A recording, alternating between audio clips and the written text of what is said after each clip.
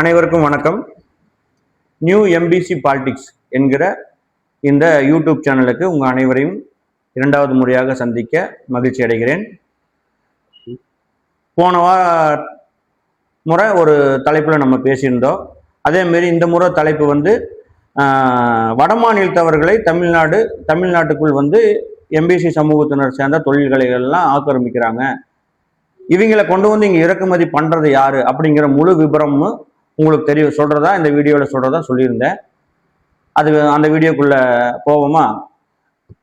முதல் முறையா இது, ஏன்னா இது முதல்ல இருந்து சொன்னாதான் உங்களுக்கு புரியும் எதனால அவங்க இறக்குறாங்க அப்படிங்கிறது இதுல இருந்து சொன்னாதான் உங்களுக்கு புரியும்.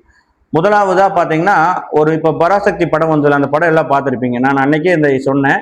இப்போ படத்தை பார்த்தீங்கன்னா நான் சொன்னது உண்மைங்கிறது தெரியும். இப்போ அதே விஷயத்தை இப்போ சொல்றேன். என்னன்னா, பராசக்தி படத்துல பாத்தீங்கன்னா ஒரு காலத்துல தேசிய அளவில் இருக்கிற தலைவர்களும் கட்சிகளும் என்ன பண்ணாங்கன்னா, தேசம் முழுக்க இந்தியை ஆட்சி மொழியா மாற்றணும், கட்டாயமா பண்ணணும், கட்டாயமா பேச வைக்கணும் அப்படின்னு சொல்லி முன்னெடுக்கிறாங்க.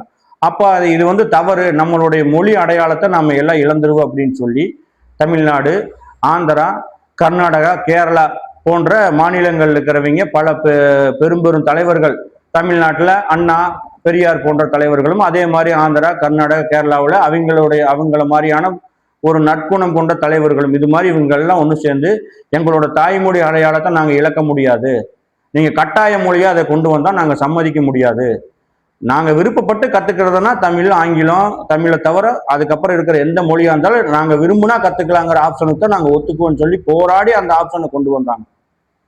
அதுக்காக போராடின பெரும் தலைவர்கள்லாம் இருக்கிறாங்க.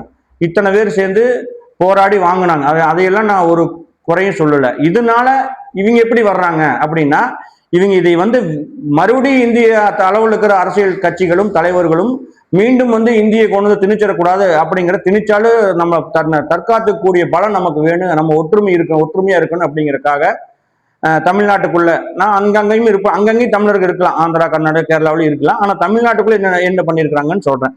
தமிழ்நாட்டுக்குள்ள ஆந்திராவிலிருந்து ஒரு பர்சன்டேஜ் மக்களும் வாக்கும், அதே மாதிரி கர்நாடகாவிலிருந்து ஒரு பர்சன்டேஜ் மக்களும் வாக்கும், அதே மாதிரி கேரளாவிலிருந்து மக்களும் வாக்கும். இவங்க எல்லாம் எப்படின்னா, தமிழ்நாடு, ஆந்திரா, கர்நாடகா, கேரளாவில் இருக்கிற அமைச்சரவையில அங்கம் வகிப்பவர்கள், இப்ப இருக்கிற அமைச்சரவையில அங்கம் வகிப்பவர்களும் அவர்களுக்கு மறைமுகமாகவும் நேரடியாகவும் அவர்களுக்காகவுமே விசுவாசமாக இருக்கக்கூடியவர்களை இறக்கி இருக்கிறாங்க.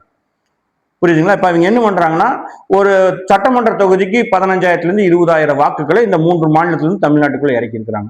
இந்த 20,000 வாக்குகளை அந்த இந்த தமிழுக்கு எதிரான, திராவிடத்துக்கு எதிரான சக்திகளை ஒடுக்கிறதுக்காக எந்த நேரம் அவங்க தலை தூக்குனாலும் இந்த இதுகளை வச்சு அவங்க தட்டிடுறாங்க. இப்ப இது என்னாச்சுன்னா, இந்த வலதுசாரி, திராவிடம், தமிழ் தேசியம் பேசுபவர்களுக்கு எதிரான அரசியல் பண்ற வலதுசாரி, அது போல அரசியல் கட்சியை சேர்ந்த கட்சிகளும் தலைவர்களும் இதை கண்டுபிடிச்சிட்டாங்க. கண்டுபிடிச்சதுனால என்ன ஆகுதுன்னா, இவங்க எப்படி கர்நாடகா, ஆந்திரா, கேரளாவில இருந்து தமிழ்நாட்டுக்குள்ள இத்தனை பர்சன்டேஜ் வாக்குகளை இறக்கி இருக்கிறாங்களோ, அதே மாதிரி நாம வட மாநிலங்கள்ல இந்தி பேசக்கூடியவர்கள், நமக்கு விசுவாசியான ஆளுகளை அதே ஈக்குவல் பர்சன்டேஜுக்கு அவங்க ஒரு 20,000 வாக்கு இறக்கிருந்தாங்கன்னா, நாம தொகுதிக்கு ஒரு 20,000 வட மாநிலத்தவர்களை இறக்குவோம். இதை பண்றவங்க பாத்தீங்கன்னா, இந்த பக்கம் இருந்து பண்ணி பக்கத்து மாநிலத்துக்காரங்களை இறக்குறவங்களும் அமைச்சரவையில் அங்கம் வகிக்கிறவங்க தான். இந்த பக்கம் இருந்து பண்ணி வட மாநிலத்தவர்கள் இங்க இறக்குறவங்களும் அமைச்சரவையில் அங்கம் வகிக்கிறீங்களா? 2 டீமும் நானா நீயாங்கிறக்கோசரம் எங்களுடைய அடி வயிற்றுல கை வைக்கிறீங்க. எப்படி பண்றீங்க? இது எதனால? நீங்க எப்படிப்பா நீ சொல்ற நீங்க பாதிக்கப்படுறீங்க அப்படின்னா, நாங்க மட்டும் இல்ல, நீங்களும் தான் எல்லாருமே பாதிக்கப்படுறோம். நாங்க பெரிய அளவுல பாதிக்கப்படுறோம். எப்படி நான் இது ஏன் அப்படின்னு சொல்றேன்னா, இப்போ அங்கிருந்து வட மாநிலத்தவர்களை இறக்கியாச்சு. இறக்குனா அவங்களுக்குன்னு தொழில், வாழ்வாதாரம் இதெல்லாம் அமைச்சு கொடுக்கணும்ல, இல்லைன்னா அவன் எத்தனை நாளைக்கு இருப்பான்? அப்ப என்ன பண்றதுன்னா, இவங்க என்ன பண்றாங்கன்னா, அமைச்சரவையில் அங்கம் வகிக்கிறவங்க பெரிய ஃபேக்டரி அமைச்சரவையில அங்கம் வகிக்கிறவங்க தச்சு வேலை செய்யற பெரிய ஃபேக்டரி உருவாக்குறாங்க. அதுக்கு ஓனரா இவங்களே இருக்கிறாங்க. தச்சு வேலை செய்ய வட மாநிலத்தவர்களை ஒரு 100 பேர், 500 பேர், 500 குடும்பம், 100 குடும்பம், 1000 குடும்பம்னு தமிழ்நாடு பூரா அவங்க தொகுதி வாரியா இறக்கிக்கிறாங்க. அதே மாதிரி கட்டிட தொழில் செய்யற தொழில அமைச்சரவையில் அங்கம் வகிக்கிற சமூகத்துக்காரங்க இறக்கிக்கிறாங்க. இறக்கி அதுக்கு தகுந்த ஆளுகளை ஒவ்வொருவரும் ஒரு 100 பேர், 200 பேர், 500 பேர், 400 பேர்னு அவங்க பலத்துக்கு தகுந்த அளவுக்கு எந்த அளவுக்கு வேலை இருக்குதோ அந்த அளவுக்கு வட மாநிலத்தவர்களை இறக்கிக்கிறாங்க. அதே மாதிரி அழகு சாதன தொழில் பண்றவங்க, முடி வெட்டுறது, பியூட்டி பார்லர், இந்த மாதிரி பார்லர்கள் எல்லாம் பார்த்தீங்கன்னா எல்லா சட்டமன்ற தொகுதியிலும் பாருங்க புதுசாக அமைச்சரவையில் அங்கம் வகிக்கிறவங்க ஒரு ஆளுகளை வச்சு ஓப்பன் பண்ணியிருப்பாங்க. அதுல எல்லாம் பார்த்தீங்கன்னா வட மாநிலத்தவர்கள் இருப்பாங்க. அதே மாதிரி பார்த்தீங்கன்னா சலவை தொழில் பண்ற பெரிய பெரிய ஃபேக்டரிகள்லாம் இருக்கு. சும்மா ஒரு மிஷின்ல வந்து துணிகளை சலவை செஞ்சு மிஷின்லயே அயன் பண்ணி கொடுக்குற மாதிரி பெரிய பெரிய ஃபேக்டரிகள், அந்த ஃபேக்டரிகள் எல்லாம் அதே மாதிரி தொடங்கி அந்த ஃபேக்டரிகள் எல்லாம் பார்த்தீங்கன்னா வட மாநிலத்தவர்கள் இறக்குறாங்க. இது மாதிரி 500 பேர், 1000 பேர், 2000 பேர், 3000 பேர் வேலை செய்கிற அமைச்சரவையில் அங்கம் வகிப்பவர்களுடைய சமூக சேர்ந்தவங்களுடைய நூல் மில்கள், பனியன் கம்பெனிகள், பெரும் பெரும் தொழிற்சாலைகள், இரும்பு தொழிற்சாலைகள், இது போன்ற ஆலைகள் எல்லாம் வட மாநிலத்தவர்களை இறக்குறாங்க. எதுக்காகனா இந்த கர்நாடகா, ஆந்திரா, கேரளாவிலிருந்து வந்திருக்கிறவங்களுடைய ஓட்டுக்கு பேலன்ஸா ஈக்குவல் ஓட்டை இதை பண்ணணும். அப்புறம் நேரா நீயும் நானும் தமிழ நேருக்கு நேரா மோதிக்கலாம். மோதும் போது உனக்கு எப்படி கர்நாடகா, கேரளா, ஆந்திரா ஓட்டு பக்கபலமா இருக்குதோ அதே மாதிரி எனக்கு வந்து வட மாநிலத்திலிருந்து இறக்கப்பட்டிருக்கிறீங்க ஓட்டு அதுக்கு ஈக்குவலா நான் இறக்கிறேன்.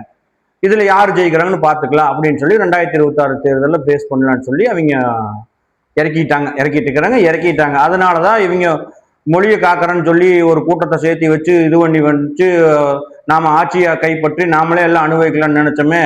இப்படி இவனு நம்மளுக்கு ஈக்குவலா வெளியிலேருந்து இறக்குற ஆரம்பிச்சிட்டானே, என்ன பண்றோன்னு தெரியாம ஜங்குன்னு குதிக்கிறாங்க.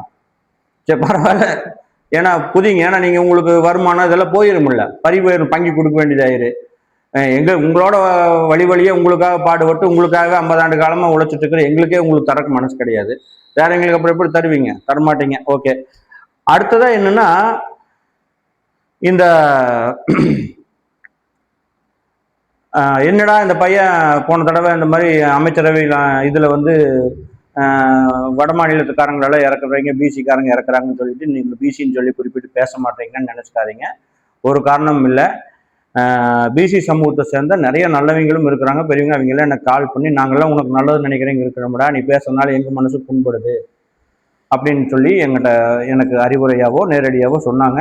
அது எனக்கு ஏற்றுக்கக்கூடிய விஷயமா இருந்தது. அதனால இனிமேல் பிசி என்று யாரையும் குறிப்பிட்டு சொல்ல மாட்டேன். அமைச்சரவையில் அங்கம் வகிக்கிற சமூகம் தான் இது எல்லாம் பண்ணுது. இந்த நடக்கிற அநியாயங்கள், அதர்மங்களுக்கெல்லாம் காரணம் அமைச்சரவையில் அங்கம் வகிக்கிற அனைத்து சமூகங்களும் தான். பொதுவாக பேசுற குறிப்பிட்டு அந்த பிசி என்கிற வார்த்தையை உச்சரிக்க மாட்டேன்னு அவங்க எனக்கு அந்த மாதிரி அவர்கிட்ட நான் உத்தரவாதம் கொடுத்ததுனால இனிமேல் அதை சொல்ல மாட்டேன். அதனால யார் தப்பா நினைச்சுக்கொண்டாங்க மக்களே, என்னடா சொல்ல மாட்டேங்கிற பயந்துட்டானு நினைக்கிறேன். பயம் இல்லை, நல்லதை சொன்னா ஏத்துக்கணும், நல்லதை எப்பவுமே ஏத்துக்குவோம். அது ஒண்ணு. ரெண்டாவது, அப்புறம் இது என்னடா இவனுக்கு யாருமே நியாயம் மலங்கள்னு பேசுறானே, யாருமே இல்லையா தமிழ்நாட்டுல? யாருமே கிடையாது. இதுக்கு ஒரே ஒரு விஷயம் சொல்றேன். அதை யாராவது தமிழ்நாடு அளவுல சரி பண்ணிட்டாங்கன்னா நான் அவங்க இருக்கிறாங்க, அவங்க ஆமா இது கரெக்டான ஆள்னு ஒத்துக்கிறேன். என்ன விஷயம் தெரியுமா? புரோட்டோகால் அப்படிங்கிற ஒரு விஷயம் என்ன தெரியுமா? தமிழ்நாடு ஃபுல்லா அமைச்சரவையில் அங்கம் வகிக்கிறவங்க, மாவட்ட செயலாளர், நகர செயலாளர், ஒன்றிய செயலாளர், இந்த மாதிரி என்ன பொறுப்பில் இருந்தாலும் அமைச்சரவையில் அங்கம் வகிக்காத சமூகத்தினர், அதுபோக எஸ்சி எஸ்டி சமூகத்தினர், இவங்க அமைச்சரவையில் அங்கம் வகிக்கிற உயர் சமூகத்துக்காரங்களுடைய பேர் போட்டுதான் பண்ணுவாங்க. ஆனா இதே தமிழ்நாடு பூரா சேர்ந்து ஏதோ 1-2 இடத்துல அமைச்சரவையில் அங்கம் வகிக்காத எம்பிசி காரங்களோ எஸ்சி எஸ்டி காரங்களோ 1-2 மாவட்ட நகர ஒன்றிய செயலாளர்களா பதவிக்கு வந்துட்டாங்கன்னா பாருங்க, இவங்க மட்டும் அவங்க போட்டோ பேரோ போட மாட்டாங்க. நீங்க எங்க வேணா நோட் பண்ணி பாருங்க, எல்லா தமிழ்நாடு ஃபுல்லா. இது எதுக்காக நான் இதை சொல்றேன்னா, நான் ஒரு அமைப்புல 2-3 வருஷம் சட்டமன்ற தொகுதி பொறுப்பாளராக இருந்தேன். இதே அமைச்சரவையில் அங்கம் வகிக்கிற சமூகத்துக்காரங்க நாங்கள் பூத் சேர்த்தி கொடுக்க முடியாது, வேலை செய்ய முடியாது, அங்கெல்லாம் ஆள் இல்லைன்னு சொன்ன இடத்துல நான் போய் பூந்து வார்டு அலைஞ்சு சேர்த்தி கொடுத்து நான் உழைச்சுதான் சட்டமன்ற தொகுதி பொறுப்பாளர் ஆனேன். நான் எம்பிசிக்காரங்க சட்டமன்ற தொகுதி பொறுப்பாளர் ஆகிட்டா நாம அவனுக்கு கீழே நகர் ஒன்றிய செயலாளராக இருக்கிறோமே, நாங்கள் அவங்க போட்டா போட மாட்டோன்னு இவனுக்கு போடல. எனக்கு அடுத்தடுத்து இருந்த வேலை செய்யாம இருந்தவங்க, நான் வேலை செஞ்சுதான் பொறுப்புக்கு வந்திருக்கிறேன். அந்த உழைப்புக்கு உண்டான மரியாதை எனக்கு கொடுக்கல. எனக்கு மேல இருக்கிற மாவட்டம் இந்த மாதிரி இடங்கள்ல நான் இதை சொல்லி ஒரு 2-3 வருஷமா சொல்லி பார்த்துட்டேன். முன்னால போடா, டே ஏண்டா அந்த பையன் போட்டா போடுவான், அவன் போட்டா போட மாட்டேங்கிற, பாத்துக்க போட்டு பண்ணு, இல்லைன்னு அவ்வளவுதான் அப்படின்னு சொல்லி வருவாங்க. பின்னாலேயே 2 பேரை ஒட்டுக்கா ஜாலியா இருந்துட்டு இல்ல அடுத்த நாளே அந்த பையன் போட மாட்டான், இவங்க அவன் மேல எந்த நடவடிக்கை எடுக்க மாட்டாங்க, போட மாட்டாங்க. நீங்க இதை போட வச்சு காட்டிடுங்க. நான் ஆள்ற கட்சியிலிருந்து இன்னைக்கு புதுசா கட்சி ஆரம்பிச்சுக்கிற வரைக்கும் சொல்றேன். இதை போட வச்சுட்டீங்கன்னா நான் உங்களை ஏற்றுக்கிறேன். எம்பிசிக்காரங்க மாவட்ட செயலாளராக, நகர செயலாளர், ஒன்றிய செயலாளராக வந்தாங்கன்னா இவங்க பேர் போட்டால் போட மாட்டாங்க, அவங்கள மதிக்க மாட்டாங்க. எஸ்சி எஸ்டிக்காரங்க எம்எல்ஏ சட்டமன்ற உறுப்பினர் இருந்தாங்கன்னா அவங்கள கூப்பிடாமையே இவங்க ஃபங்க்ஷன் பண்ணுவாங்க. இவங்க தான் என்னமோ இவங்க தயவுல தான் அவங்க இருக்கிற மாதிரி எல்லாம் கிடையாது. அவன் உழைப்பு, அவனுடைய ஓட்டு வங்கி, அவனுடைய திறமையினால அவன் இருக்கிறாங்கிறத அவனும் உணராமல் இருக்கிறனால தான் இப்போ நாங்கள் உணர்ந்துட்டோம். உன்னையெல்லாம் விட்டுட்டு இருக்க முடியாது, இப்படியெல்லாம் ஏற்றுக்க முடியாது. நாங்கள் 50 ஆண்டு காலமாக உங்களுக்கு தான் பாடுபட்டு இருக்கிறோம், உங்களுக்கு தான் வேலை செஞ்சுருக்கிறோம். அமைச்சரவையில் அங்கம் வகிக்கிற சமூகத்துக்காரங்களுக்கு தான் பாடுபட்டு இருக்கிறோம். நாங்கள் ஒருத்தர் யாரோ ஒருத்தர் 2 பேர் மாநில அளவில் நீங்கள் பணம் கொடுத்து கேளுங்க, உங்கள் பணத்தை வாங்கிட்டு விட்டு கொடுத்தானா வாங்கிக்கிங்க, தாராளமாக வாங்கிக்கிங்க, அதெல்லாம் தப்புன்னு நான் சொல்ல. மிரட்டுங்க, மிரட்டாமையும் இருக்க போகிறது இல்லை, மிரட்டுங்க. உங்கள் மிரட்டலை கண்டு பயந்து ஓடிட்டான்னா வச்சுக்குங்க, தாராளமாக வச்சுக்கோங்க, அதெல்லாம் தப்பு கிடையாது. மிரட்டலுக்கு பயக்கிறவன், பணத்து மேலே ஆசைப்படுறவன் ஒரு தலைவனுக்கு தகுதி இல்லாதவன். அதனால அவங்க நான் அதையெல்லாம் நீங்கள் வாங்க வேண்டாங்கன்னு சொல்ல. நீ பணம் கொடுக்குறேன்னு சொல்லி வாங்காம, நீ மிரட்டி பயக்காம, தலைமை தான் முக்கியம்னு உசுரா உழைக்கிறவங்கள நீங்கள் எப்படி அதே தலைமையை வச்சு சமூகத்தை காரணத்தை காட்டி நீங்கள் வெளியே அனுப்பலாம். தலைமை கொண்டே பணத்தை அடை, இவன் தான் வாங்க மாட்டேங்கிற, பெரிய அமௌண்ட்டை அங்கே அடிச்சா வாங்கிட்டு இவன் ஆஃப் பண்ணி விட்டு போட்டு போகிறது, இதெல்லாம் தவறா தெரியலையா உங்களுக்கு? இதெல்லாம் தவறா தெரியல. ஒரு நாள் இல்லை, 2 நாள் இல்லை, இது இப்படியே நீடிச்சுட்டே இருந்தா இது உங்களுக்கு பெரிய வருத்தத்துல போய் முடிக்கும், சமூக பிரச்சனைகள்ல போய் விடியும். இது பெரிய போராட்டங்கள்ல போய் முடியும். இவன் ஒருத்தன் தான் பேசுறான்னு நினைக்காதீங்க. எங்கூட எத்தனை பேர் தொடர்புல இருக்கிறாங்க, என்னை பார்த்துட்டு இருக்கிறாங்கன்னு எனக்கு தான் தெரியும். நான் இதுல பொறுப்பு, நான் இருந்த அமைப்புல நான் பொறுப்புக்கு வந்திருந்தேன்னா எத்தனை என்ன போன்ற எம்பிசி எஸ்சி எஸ்டி சமூகத்தை சார்ந்தவங்க கஷ்டப்பட்டு அரசியல் அங்கீகாரத்துக்கு இது வரைக்கும் வராதவங்க எத்தனை பேர்த்த கொண்டு வந்திருப்பேன் அப்படிங்கிறது நான் வந்திருந்தேன்னா உங்களுக்கு தெரிஞ்சிருக்கு.